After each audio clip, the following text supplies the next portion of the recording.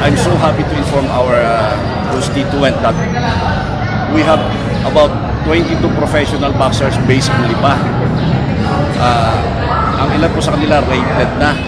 So, as a matter of fact, yung isa ay nasa number 4, yung isa ay former number 1 sa Pilipinas sa ratings. And sa February 12, ang isa sa kanila ilalaban sa world title.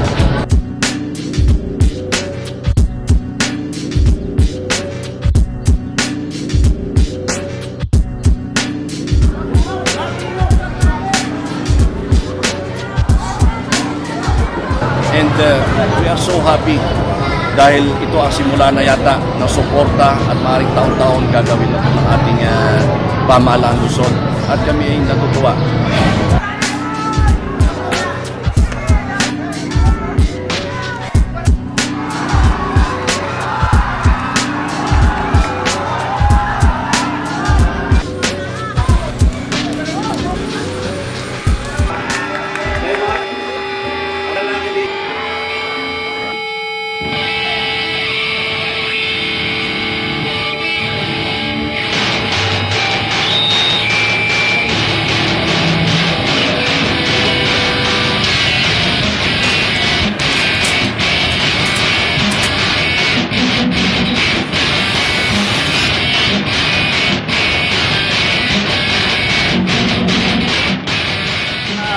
Nabuo ang Lipa City Amateur Boxing Association sa pamumuno ko.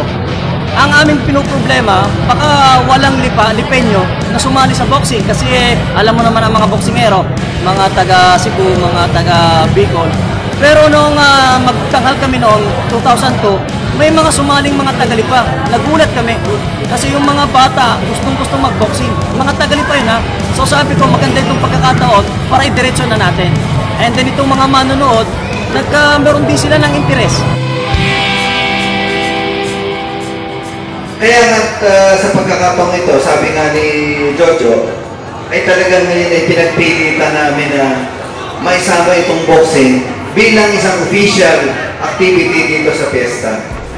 At ako na may naniniwala na hanggang sa mamayang gabi, ito halos aabutin na rin ito ng late kasi mahaba pa rin itong ating professional boxing, ay ako'y nakakasigurado na mamaya lamang ay ito'y punong-puno na at lahat ay manonood ng ating paboritong sport.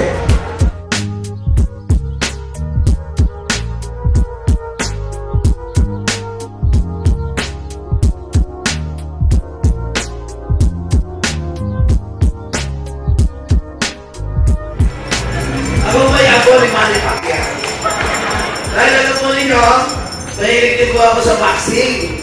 Dahil ako kay elementary, ay lagi akong tinatayo ng mga kabataan dahil ako lamang na may boxing club doon sa amin. May maraming lumalaban sa akin. Pero lagi ako nananalo dahil tinatali pala ang inuupakan na na. So, magandang hapon po sa inyo lahat. At ako po'y natutuwa. At meron po tayong boxing dito. Ako, ha? Ready na? Ha? Yan ganin yung mga grabing mga malalambot. Ako, matigas pala nito eh. Ay, ako, mabigat ito pagka tumama. Ha? So, una po sa lahat, ay nais ko pati ko at kayo ng maligayang kapapyasahan in honor of ating patron saint na San Sebastian. Ano po? Sa palakpakan natin si San Sebastian, ang ating patron saint. 68, 27, 35, 42, orange, 58, 47, 63, 85, 74, 67, 66, 51, 79, 42, 24, 45, 60, 10, 6, 7, 50. Siguro ang naging kon dyan ay yung kay Pacquiao na pagkasikat. And then natutuwa sila sa boxing kasi first time sa Lipa nagkakaroon tayo ng mga tournament na ganito. So ito na, aware na ang mga tao.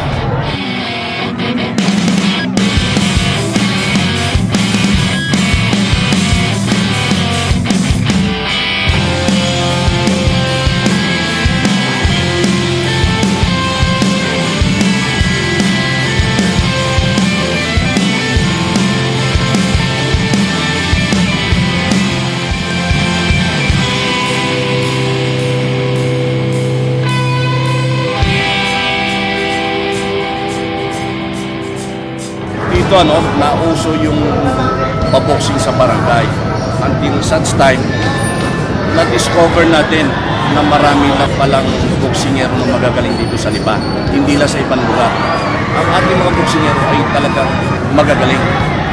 At ito nga yung binigay sa atin ng magandang break ng ating mayor at ni Mr. Katigba, Kadindo, na maganap ang isang professional amateur boxing dito sa Lipa, which is the Grilla in Lipa 2012.